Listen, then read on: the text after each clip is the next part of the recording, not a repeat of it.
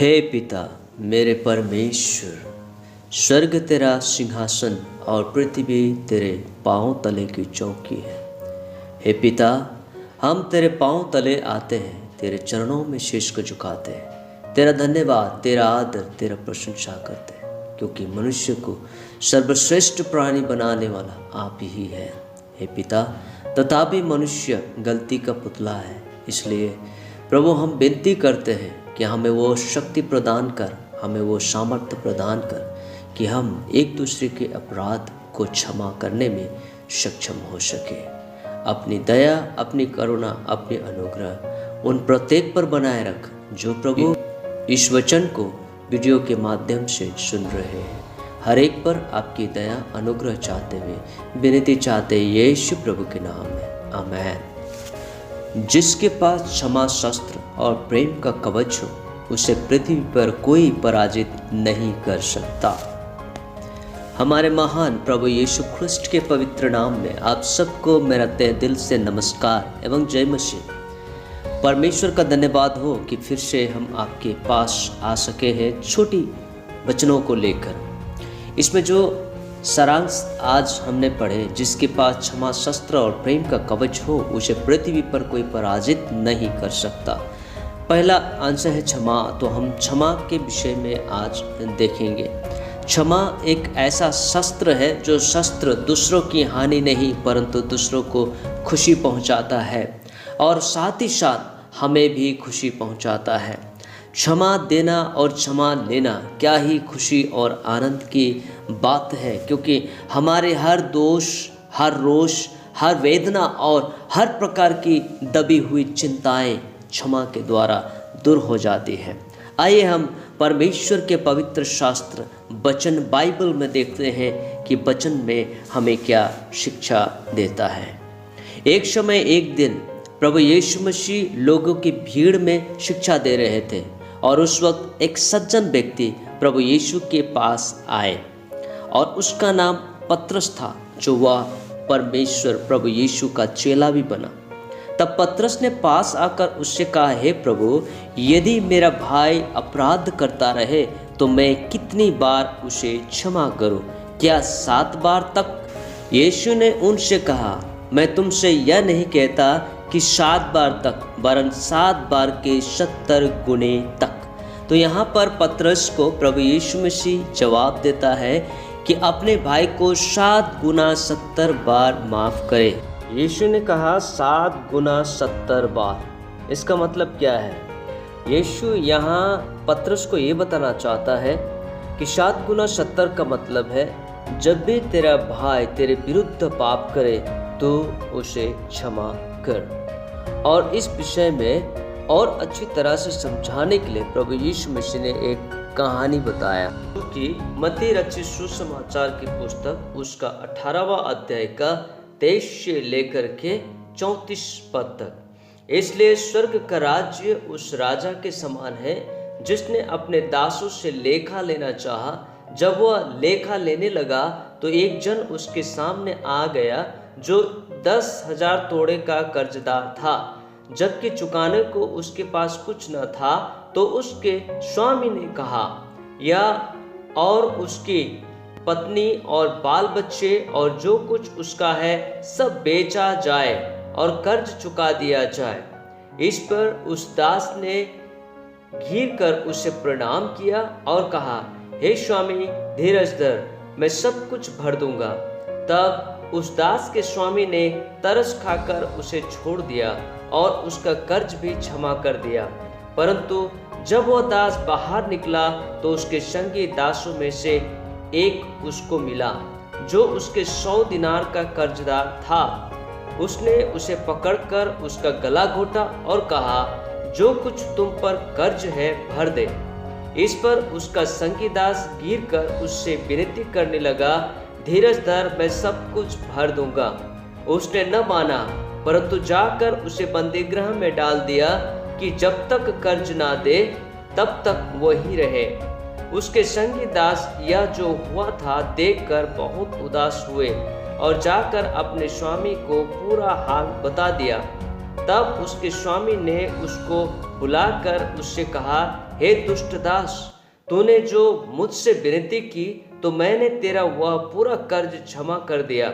इसलिए जैसे मैंने तुझ पर दया की, वैसे ही क्या तुझे भी अपने संगी दास पर दया करना नहीं चाहिए था? और उसके स्वामी ने क्रोध में आकर उसे दंड देने वालों के हाथ में सौंप दिया कि जब तक वह सब कर्ज भर ना दे तब तक उनके हाथ में रहे। तो यहाँ पर हम देखते हैं कि प्रभु यीशु मसीह हमें ये बताना चाहता है कि जब एक स्वामी अपने दास का 10,000 तोड़े माफ कर दिया जाता है, तो उनका संगी दास अपने ही साथी का 100 तोड़ा को क्षमा नहीं कर पा रहा, बल्कि उसको बदला लिया जा रहा है और उससे जबरन पैसा लेने वसूल करने की प्रयास किया जा रहा है। और ये बातें उनके मालिक को पता चला और मालिक ने उनसे सबक सिखाया कि देखो, तुमने मुझसे गिड़गिड़ाया और मैंने तेरे कर्ज को माफ़ किया, तो तुम्हें भी अपने भाई के कर्ज को माफ़ कर देना चाहिए था। लेकिन उन्होंने माफ़ नहीं किया और उसके स्वामी ने उसे बंदीगृह में डालकर अपने हक में, अपने कब्जे में ले लिया कि जब तक वह कर्ज ना चुकाया जाए उससे वो छुड़ाया न जाए। और दूसरी जगह यह लिखा है इफिसियों की पत्री उसके 4 अध्याय का 32 पद में, एक दूसरे पर कृपालु और करुणामय हो, और जैसे परमेश्वर ने मसीह में तुम्हारे अपराध क्षमा किए, वैसे ही तुम भी एक दूसरे की अपराध क्षमा करो।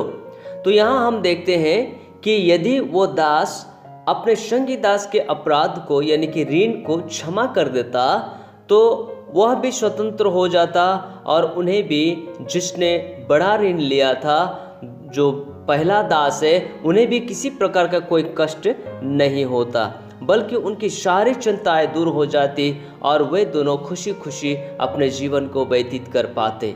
लेकिन यहाँ हम देखते हैं कि क्षमा का हृदय न होने के कारण से, क्षमा शास्त्र उनके जीवन में न होने के कारण से वह दंडित किया गया।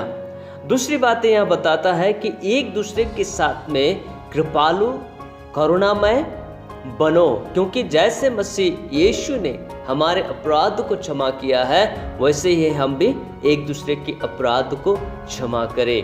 तो यहाँ हम देखते हैं कि यदि हम एक दूसरे के अपराध को क्षमा करते हैं तो वहाँ जो बखेड़ा है, वहाँ जो झगड़ा का विषय है, वहाँ जो अशांति का विषय है, वहाँ जो बैर भाव का विषय है, वो पूरी तरह से मिट जाता है और जो प्रेशर, जो चिंता, जो तनाव होती है वो भी खत्म हो जाता है।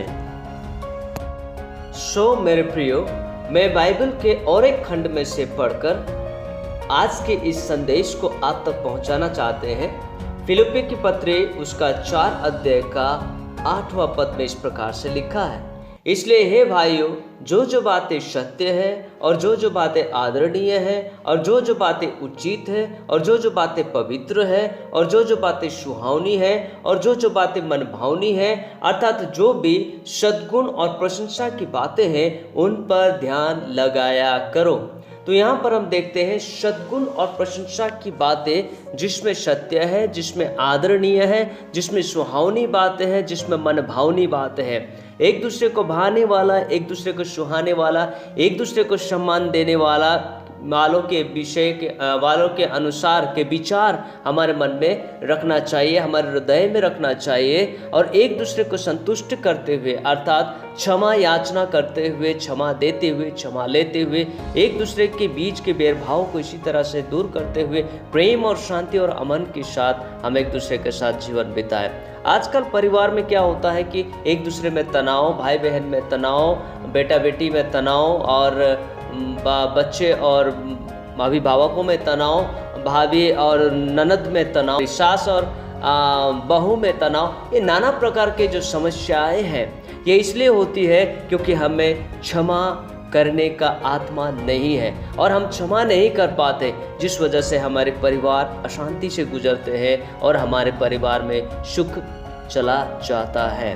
तो सुख और शांति से यदि हम अपने परिवार को ले जाना चाहते हैं, बढ़ाना चाहते हैं, तो एक दूसरे को प्रेम के साथ एक दूसरे के अपराध को हमें क्षमा कर देना चाहिए और नए सिरे से एक दूसरे को हाथों में हाथ लेते हुए और एक दूसरे के साथ देते हुए अपने परिवार और अपने जीवन को आगे की ओर बढ़ाना है। तो प्रियो, परमेश्वर की शांति और आनंद हमारे जीवन में हम अनुभव कर पाएंगे। पिता परमेश्वर हम सभी को सहायता करे, हम सभी को आशीषित करे, सद्बुद्धि और ज्ञान से भरे, ताकि हम परमेश्वर में शांति प्रिय जीवन व्यतीत करते हुए हम परमेश्वर की महिमा करें। आप सबको परमेश्वर बहुत ऐसा आशीर्वाद प्रदान करे। धन्यवाद। फिर से एक बार ख्रिस्ट यीशु में आपको जय मसीह एवं नमस्कार।